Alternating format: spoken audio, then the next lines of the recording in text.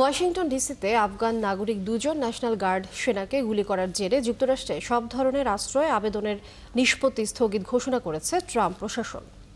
স্থানীয় সময় শুক্রবার মার্কিন নাগরিকত্ব অভিবাসন বিভাগের ইউএসসিআইএস পরিচালক জোসেফ অ্যাডলো এই তথ্য নিশ্চিত করেন। প্রেসিডেন্ট ডোনাল্ড ট্রাম্প তৃতীয় বিশ্বের দেশ থেকে অভিবাসন স্থগিত করার ঘোষণা দেওয়ার কয়েক ঘন্টা পরই এই সিদ্ধান্ত আসে। এর আগে ট্রাম্প সামাজিক মাধ্যমে অভিবাসন স্থগিতের ঘোষণা দেন। পরে তিনি হুমকি দেন তার পূর্বসূরি জো বাইডেনের আমলে দেয়া লাখ লাখ অভিবাসনের অনুমোদন বাতিল করা হবে। এদিকে সিবিএস নিউজের প্রতিবেদনে বলা হয়, আশ্রয় প্রার্থীদের আবেদনের ব্যাপারে যেন কোনো ধরনের সিদ্ধান্ত নেওয়া না হয়। এটি বিশ্বের সব দেশের নাগরিকদের ক্ষেত্রে কার্যকর হবে। এদিকে ট্রাম্প তৃতীয় বিশ্বের কথা বলেও কোনো দেশের নাম নির্দিষ্ট করে বলেননি।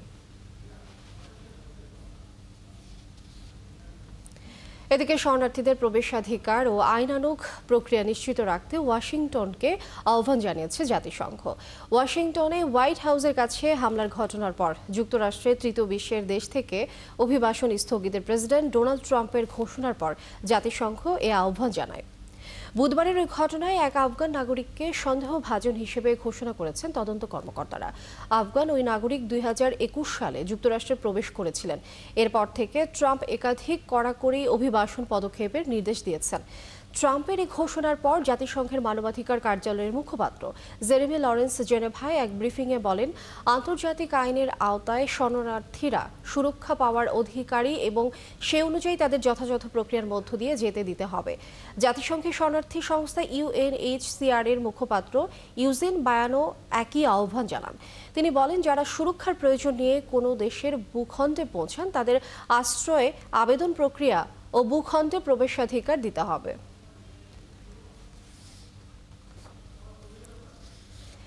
যুক্তরাজ্যগামী ছোট নৌকায় করে ইংলিশ চ্যানেল পাড়ি দেওয়া অভিবাসীদের সমুদ্র থেকেই আটক করার পদক্ষেপ নিতে যাচ্ছে ফ্রান্স। শুক্রবার স্থানীয় কর্মকর্তাদের বরাত দিয়ে দেশটির কর্তৃপক্ষ এই তথ্য জানিয়েছে। যুক্তরাজ্যের চাপের পরিপ্রেক্ষিতে প্যারিসের এই নীতিগত পরিবর্তনকে বড় ধরনের কৌশলগত রদবদল হিসেবে দেখা হচ্ছে। চলতি বছরের শুরু থেকে এখন পর্যন্ত প্রায় 40,000 মানুষ ছোট নৌকায় চড়ে চ্যানেল পাড়ি দিয়ে দক্ষিণ ইংল্যান্ডে পৌঁছেছে। বিপুল এই অভিবাসীর চাপ যুক্তরাজ্যে লেবার সরকারকে ডানপন্থীদের তীব্র সমালোচনার মুখে ফেলেছে। এরই মধ্যে ফরাসি নিরাপত্তা বাহিনী সমুদ্র তীরে টহল জোরদার করেছে ও সৈকতে অভিবাসীদের আটকে দেওয়ার চেষ্টা করছে। তবে এতদিন পর্যন্ত যাত্রীদের জীবনের ঝুঁকি বিবেচনায় ফ্রান্স সমুদ্রে এসব নৌকা বাধা দেওয়া থেকে বিরত ছিল। এবার সেই অবস্থান বদলাতে যাচ্ছে ইংলিশ চ্যানেল ও উত্তর সাগর সংশ্লিষ্ট ফরাসি দপ্তর প্রিমার। তারা জানিয়েছে, খুব শিগগিরই ছোট নৌকাগুলোর বিরুদ্ধে সমুদ্রে নিয়ন্ত্রণ ও হস্তক্ষেপ অভিযান শুরু হবে।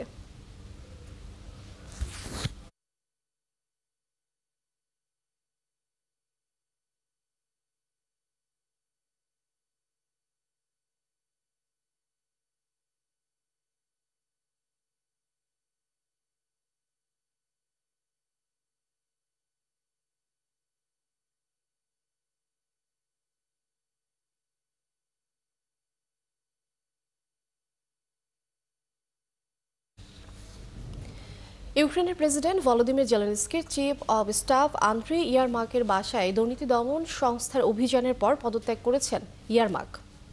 ইউক্রেনের দুর্নীতি দমন সংস্থাগুলো গত শুক্রবার সকালের দিকে ইয়ারমাকের বাড়িতে অভিযান চালায়।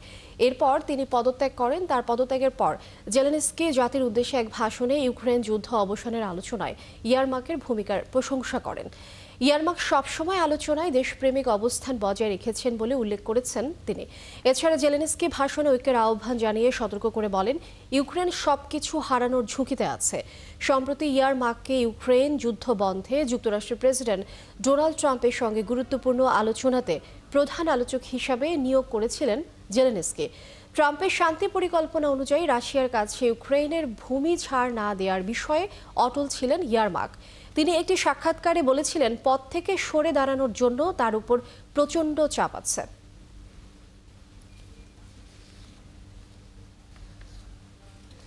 যুক্তরাষ্ট্র ক্যারিবীয় অঞ্চলে তাদের সামরিক উপস্থিতি আরও বাড়িয়েছে। ক্যারিবীয় সাগরে বেশ কিছু নৌকায় বোমা হামলা চালানো হয়েছে। যুক্তরাষ্ট্রের অভিযোগ, ওই সব নৌকায় ভেনেজুয়েলা থেকে মাদক পাচার করা হচ্ছে। আর এই অভিযোগে ভিত্তিতে দেশটির প্রেসিডেন্ট নিকোলাস মাদুরোকে গ্রেপ্তার করার জন্য $5 কোটি ঘোষণা দিয়েছেন ডোনাল্ড ট্রাম্প। কিন্তু এই ঘোষণায় কি আসলেই মাদুরোকে ক্ষমতাচ্যুত করতে পারবে যুক্তরাষ্ট্র? সৃষ্টি ঘটকের রিপোর্টে বিস্তারিত। ট্রাম্প প্রথমবার মার্কিন প্রেসিডেন্ট হিসেবে দায়িত্ব নেয়ার পর থেকেই ভেনেজুয়েলার শাসন ব্যবস্থা বদলের কথা বলছিলেন। 2017 সালে ট্রাম্প প্রশাসন মাদুরোর উপর নিষেধাজ্ঞা আরোপ করে। তাদের অভিযোগ, মাদুরো ভেনেজুয়েলার গণতন্ত্রকে ক্ষুণ্ণ করছেন। এরপর 2019 সালে মাদুরোর পরিবর্তে দেশটির বিরোধী নেতা হুয়ান গুয়াইদোকে বৈধ প্রেসিডেন্ট হিসেবে স্বীকৃতি দেওয়ার সিদ্ধান্ত নেন ট্রাম্প।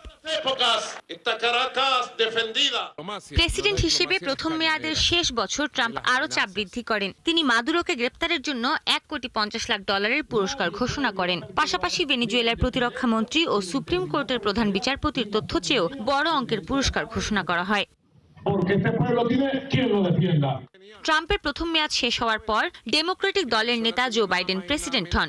বাইডেনের প্রশাসন মাদুরোর বিরুদ্ধে ট্রাম্প ঘোষিত পুরস্কারের অঙ্ক বাড়িয়ে $2.50 কোটি করেন। ট্রাম্প চলতি বছরের জানুয়ারিতে দ্বিতীয় মেয়াদে প্রেসিডেন্ট হিসেবে দায়িত্ব নেয়ার পর ওই পুরস্কারের অঙ্ক আরও বাড়িয়ে $5 কোটি করা হয়। দুই দেশের মধ্যে উত্তেজনা এখন গত কয়েক বছরের তুলনায় সর্বোচ্চ পর্যায়ে আছে। ভেনেজুয়েলা ইতোমধ্যেই রাজনৈতিক দমন পীড়নের মুখোমুখি হয়েছে। ব্যাপক মূল্যস্ফীতি ও চরম দারিদ্র্যের মতো অর্থনৈতিক সংকট মোকাবেলা করছে তারা। সাম্প্রতিক বছরগুলোতে দেশটির খাদ্য, ওষুধ ও অন্যান্য মৌলিক সামগ্রীর ঘাটতিতে পড়েছে। বিশেষজ্ঞরা মনে করেন, ভেনেজুয়েলায় এখন নতুন সরকার আসতে পারে ঠিকই, তবে তারা দেশের সব এলাকা নিয়ন্ত্রণ করতে পারবে না। তখন যুক্তরাষ্ট্রের কাছ থেকে সাহায্য নিতে হবে।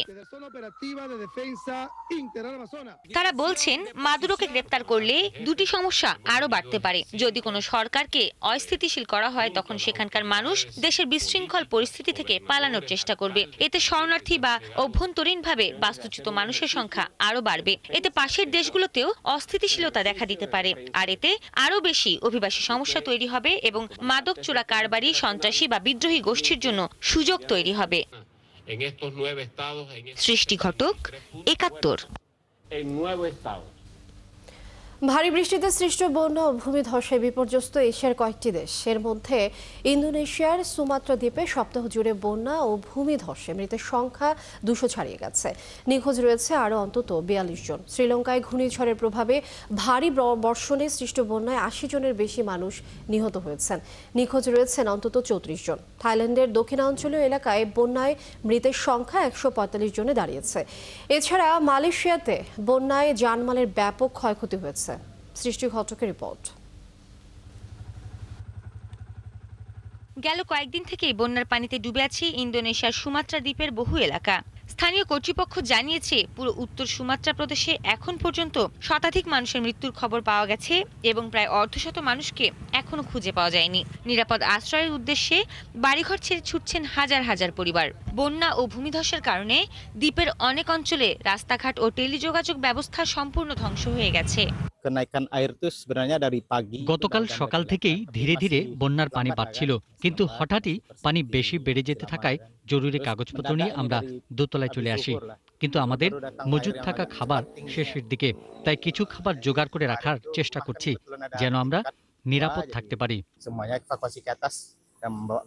এছাড়া বিদ্যুৎ বিচ্ছিন্ন হয়ে পড়া অঞ্চলগুলোতে সংযোগ স্বাভাবিক করার কাজও শুরু হয়েছে। শ্রীলঙ্কায় ঘূর্ণিঝড়ের প্রভাবে ভারী বৃষ্টিতে সৃষ্ট বন্যায় নিহত ও নিখোঁজ রয়েছেন বহু মানুষ। এছাড়া হাজারো মানুষ গৃহহীন হয়ে পড়েছে। শুক্রবার ভোরে ঘূর্ণিঝড়টি আঘাত হানে। এ সময় ঘন্টায় প্রায় 65 কিলোমিটার গতিবেগে বাতাস প্রবাহিত হয়। দেশটির বিভিন্ন অঞ্চলে বন্যার পাশাপাশি ভূমিধসও হয়েছে। এরই মধ্যে থাইল্যান্ডের দক্ষিণাঞ্চলীয় এলাকায় বন্যার পানি কমতে থাকায় পুরো এলাকা জুড়ে ভয়াবহ ক্ষয়ক্ষতির চিত্র সামনে আসছে। দক্ষিণাঞ্চলের 12টি প্রদেশে ভারী বৃষ্টিপাতের ফলে সৃষ্ট বন্যায় 12 লাখের বেশি পরিবার ও 36 লাখ মানুষ ক্ষতিগ্রস্ত হয়েছে। এদিকে শুক্রবার মধ্যরাতে মালয়েশিয়ার স্থলভাগে আঘাত হানে ক্রান্তীয় ঝড় সেনিয়ার। এতে দেশটিতে কয়েকজনের মৃত্যু হয়েছে। ঝড়টি এরপর থেকে দুর্বল হয়ে পড়লেও আবহাওয়া কর্তৃপক্ষ এখনো ভারী বৃষ্টি ও প্রবল বাতাসের আশঙ্কা করছে। সৃষ্টি ঘটক, 71। হংকংয়ের একটি আবাসিক ভবনে অগ্নিকাণ্ডের ঘটনায় নতুন করে ৮ জনকে গ্রেপ্তার করেছে। এর আগে ৩ জন সহ এ নিয়ে ১১ জনকে গ্রেপ্তার করল দেশটির দুর্নীতি বিরোধী সংস্থা। বুধবারের ওই অগ্নিকাণ্ডে অন্তত ১২৮ জন নিহত হয়, যা ১৯৮০ সালের পর বিশ্বের সবচেয়ে প্রাণঘাতী ভবন অগ্নিকাণ্ড হিসেবে বিবেচিত হচ্ছে। আর্থিক কেন্দ্রটির স্বাধীন দুর্নীতি বিরোধী কমিশন জানায়, গ্রেপ্তার হওয়া ৭ পুরুষ ও ১ নারীর মধ্যে রয়েছেন প্রকল্পের পরামর্শক, স্ক্যাফোল্ডিং সাব কন্ট্রাক্টর এবং মধ্যস্থতাকারী। সংস্থাটি জানায় যে আবাসিক কমপ্লেক্সটিতে অগ্নিকাণ্ড ঘটে সেটি সংস্কার কাজের আওতায় ছিল এবং আগেই তারা এ ঘটনায় তদন্ত শুরু করেছিল। আগুনটি ওই আবাসিক এলাকার ৮টি উঁচু ভবনের মধ্যে ৭টিতে ছড়িয়ে পড়ে। পুরো কমপ্লেক্সে প্রায় ২,০০০ ইউনিট রয়েছে। আগুন নিয়ন্ত্রণে আনতে ৪০ ঘন্টারও বেশি সময় লাগে। সিরিয়ার দক্ষিণাঞ্চলের একটি গ্রামে শুক্রবার ইসরায়েলি গুলিতে ১০ জন নিহত হয়েছে বলে সিরিয়ার রাষ্ট্রীয় গণমাধ্যম জানিয়েছে। গণমাধ্যমের প্রতিবেদনে বলা হয়েছে, বেইত জেনু এলাকায় চালানো ইসরায়েলি অভিযানে পরিস্থিতি নিয়ন্ত্রণের বাইরে চলে যায়। অন্যদিকে ইসরায়েলি সামরিক বাহিনী জানিয়েছে, সেখানে একটি সশস্ত্র গোষ্ঠীর সদস্যদের আটক করতে পরিচালিত অভিযানের সময় সংঘর্ষে তাদের ৫ জন সেনা আহত হয়েছেন। প্রেসিডেন্ট বাশার আল আসাদ ক্ষমতাচ্যুত হওয়ার পর থেকে ইসরায়েল দক্ষিণ সিরিয়ায় নিয়মিত অভিযান চালিয়ে আসছে। তারা বলছে, তারা সীমান্ত থেকে জঙ্গিদের দূরে রাখতে অভিযান চালাচ্ছে। ইসরায়েলি সামরিক বাহিনী জানিয়েছে, রাতভর অভিযানের সময় তাদের সেনারা গুলির মুখে পড়ে যখন তারা জামায়া ইসলামিয়া নামে চিহ্নিত একটি গোষ্ঠীর সন্দেহভাজন সদস্যদের আটক করতে যাচ্ছিল। সামরিক বাহিনী এই অভিযানকে সাম্প্রতিক মাসগুলোতে ওই এলাকায় পরিচালিত নিয়মিত কার্যক্রমের অংশ হিসেবে উল্লেখ করেছে। লেবাননের সশস্ত্র গোষ্ঠী হিজবুল্লাহর শীর্ষ সামরিক কমান্ডার হাইথাম আলী তাবাতাবাইয়ের হত্যার প্রতিশোধ নেয়ার হুঁশিয়ারি দিয়েছেন গোষ্ঠীটির মহাসচিব নাইম কাশেম। শুক্রবার টেলিভিশনে এক ভাষণে হিজবুল্লাহ নেতা বলেন, তাবাতাবাইকে হত্যা স্পষ্ট আগ্রাসন ও নৃশংস অপরাধ। এই হত্যার জবাব দেওয়ার অধিকার হিজবুল্লাহ রয়েছে, আর এর জবাব দেওয়ার সময়ও নির্ধারণ করা হবে। গত ২৩ নভেম্বর লেবাননের বৈরুতের ইসরায়েলের বিমান হামলায় হিজবুল্লাহর chief of staff Haytham Ali Tabatabai নিহত হন। তিনি বলেন, তাবাতাবাই ৪ জন সহযোগীকে নিয়ে ভবিষ্যৎ পরিকল্পনা করছিলেন, আর এই সময় তাদের লক্ষ্য করে হামলা চালানো হয়। হিজবুল্লাহ নেতা দাবি করেন, ২০২৪ সালে নভেম্বরে ইসরায়েলের সঙ্গে কার্যকর হওয়া যুদ্ধবিরতি চুক্তি মেনে চলছে হিজবুল্লাহ। অন্যদিকে ইসরায়েলের ধারাবাহিকভাবে লেবানন হামলা চালিয়ে যাচ্ছে। তুরস্কের বসফরাস প্রণালীর কাছাকাছি কৃষ্ণ সাগরে রাশিয়ার শ্যাডো ফিল্টের ২ ট্যাঙ্কারে বিস্ফোরণ ঘটেছে। তুরস্কের পরিবহন মন্ত্রণালয়ের তথ্য অনুযায়ী ২৭৪ মিটার লম্বা ট্যাঙ্কার কাইরোস মিশর থেকে রাশিয়ার দিকে যাওয়ার পথে বিস্ফোরণের পর আগুন ধরে যায়। সঙ্গে সঙ্গে ২টি দ্রুতগতির উদ্ধার নৌযান, একটি টাগবোট এবং একটি জরুরি সহায়তা জাহাজ ঘটনাস্থলে পাঠানো হয়। পরে জাহাজে থাকা ২৫ জন নাবিককে নিরাপদে উদ্ধার করা হয়। আরেকটি ট্যাঙ্কার ভিরাট তুরস্কের উপকূল থেকে ৩৫ নটিক্যাল মাইল দূরে পূর্ব দিকে অবস্থান করছিল। এটিতেও আঘাতের খবর পাওয়া যায়। লন্ডন স্টক এক্সচেঞ্জ গ্রুপের তথ্য অনুযায়ী কাইরোস ও ভিরাট দুটি জাহাজই ২০২২ সালে ইউক্রেনে রাশিয়ার পূর্ণমাত্রার আক্রমণের পর মস্কোর বিরুদ্ধে আরোপিত নিষেধাজ্ঞার তালিকায় রয়েছে। সাম্প্রতিক বছরগুলোতে কৃষ্ণ সাগরে ভাসমান মাইনে জাহাজের ধাক্কা লাগার ঘটনা ঘটেছে এবং কয়েকটি মাইন সাগরে ভাসতে দেখা গেছে।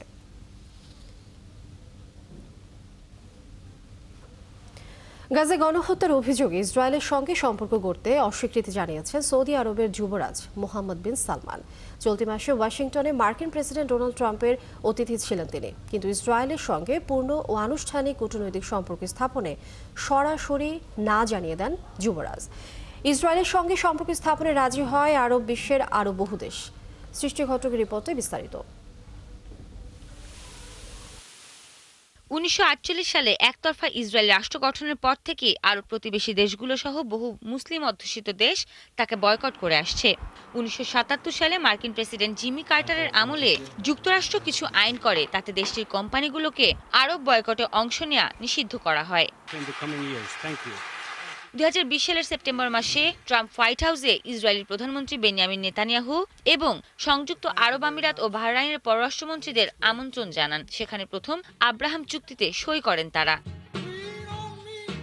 চুক্তিতে ইসরায়েলে এ দেশগুলোর দূতাবাস খোলা, তার সঙ্গে বাণিজ্য শুরু এবং যুক্তরাষ্ট্রের সমর্থন নিশ্চিত করা হয়। ইরান আব্রাহাম চুক্তির তীব্র সমালোচনা করে। পরের মাসগুলোতে সুদান ও মরক্কো এই চুক্তিতে যোগ দেয়। তবে সুদানে চলমান গৃহযুদ্ধের কারণে দেশটির প্রতিশ্রুতি এখনও আনুষ্ঠানিকভাবে অনুমোদিত হয়নি। সবাই আশা করছিল আরব বিশ্বের সবচেয়ে বড় অর্থনৈতিক শক্তি সৌদি আরবই হবে আব্রাহাম চুক্তির পরবর্তী সদস্য। 2023 সালের সেপ্টেম্বর মাসে মনে করা হচ্ছিল যুক্তরাষ্ট্রের মধ্যস্থতায় হওয়া এই চুক্তিতে সৌদি আরবের যোগদান খুবই আসন্ন। কিন্তু একই বছর অক্টোবরে গাজায় ইসরায়েলের গণহত্যা শুরু হওয়ার পর থেকেই সব আলোচনা থেমে যায়। এখন পর্যন্ত সেখানে 69,000-এর বেশি ফিলিস্তিনি নিহত হয়েছেন। চুক্তিতে স্বাক্ষরকারী জর্ডান, মরক্কো নিজ দেশেই তীব্র জনবিক্ষোভের মুখে পড়েছে। সৌদি আরব স্পষ্ট করে জানিয়ে দিয়েছে ফিলিস্তিন রাষ্ট্র গঠন ছাড়া এবং নেতানিয়াহু ক্ষমতায় থাকা অবস্থায় তারা ইসরায়েলের সঙ্গে কোনো সম্পর্ক করবে না। ফিলিস্তিনের সবচেয়ে বড় সমর্থক কাতার ইসরায়েলের সঙ্গে চুক্তির সম্ভাবনা একেবারে বাতিল করেছে। সিরিয়ার ইসলামপন্থী নতুন প্রেসিডেন্ট আহমেদ আল শারাও বলেছেন সিরিয়া ইসরায়েলের সঙ্গে কোনো সম্পর্ক করবে না। তুরস্ক 1949 সাল থেকেই ইসরায়েলের সঙ্গে সম্পর্ক রেখেছে, কিন্তু গাজায় গণহত্যার পর তারা সম্পর্ক ছিন্ন করার ঘোষণা দেয়। পরবর্তী সময়ে আঙ্কারা ইসরায়েলের জন্য তার আকাশসীমা বন্ধ করে দেয়, বন্দরে ইসরায়েলি জাহাজ নিষিদ্ধ করে। ইসরায়েলের শত্রু দেশ লেবাননের ক্ষেত্রেও একই কথা। Iraq, Oman, Kuwait, Tunisia, Libya, Algeria ও ইয়েমেনও ইসরায়েলের সঙ্গে সম্পর্ক করতে অস্বীকৃতি জানিয়েছে। বিশ্বের সবচেয়ে বড় মুসলিম দেশ ইন্দোনেশিয়া ইসরায়েলে দেশটির প্রেসিডেন্টের সম্ভাব্য সফর নিয়ে প্রচার হওয়া খবর অস্বীকার করেছে। গাজায় গণহত্যার সময় দেশটিতে ফিলিস্তিনের সমর্থনে বড় বিক্ষোভ হয়েছে। সৃষ্টি ঘটক, ৭১। পাকিস্তান তেহরিক-ই-ইনসাফ পিটিআইয়ের প্রতিষ্ঠাতা ইমরান খানকে তার বোন ও দলের নেতাদের সঙ্গে দেখা করার অনুমতি দেওয়ার দাবি জানিয়েছে বিরোধী জোট। একই সঙ্গে সরকার এ বিষয়ে সিদ্ধান্ত না নিলে দেশজুড়ে আন্দোলনের হুমকি দেওয়া হয়েছে। শুক্রবার পার্লামেন্ট ভবনের বাইরে এক যৌথ সংবাদ সম্মেলনে পাখতুনখোয়া মিল্লি আওয়ামী পার্টির সভাপতি মাহমুদ আচ্ছা কজাই ইমরান খানকে কারাগারে আটক রাখার কারণ ও তাকে কেন তার বোন ও দলের নেতাদের সঙ্গে দেখা করতে দেওয়া হচ্ছে না সেই বিষয়ে প্রশ্ন তোলেন। তিনি বলেন, খাইবার পাখতুনখোয়ার মুখ্যমন্ত্রী আদিয়ালা জেলের বাইরে বসে আছেন, কিন্তু তার আবেদন কেউ শুনছে না।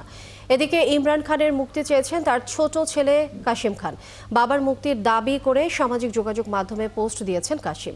পোস্টে কাশিম জানান, আদালতের অনুমোদন সত্ত্বেও তার সঙ্গে দেখা করতে পারছেন না তার পরিবার ও অন্যান্য স্বজনরা। টেলিফোনেও ইমরানের সাথে কথা বলা যাচ্ছে না।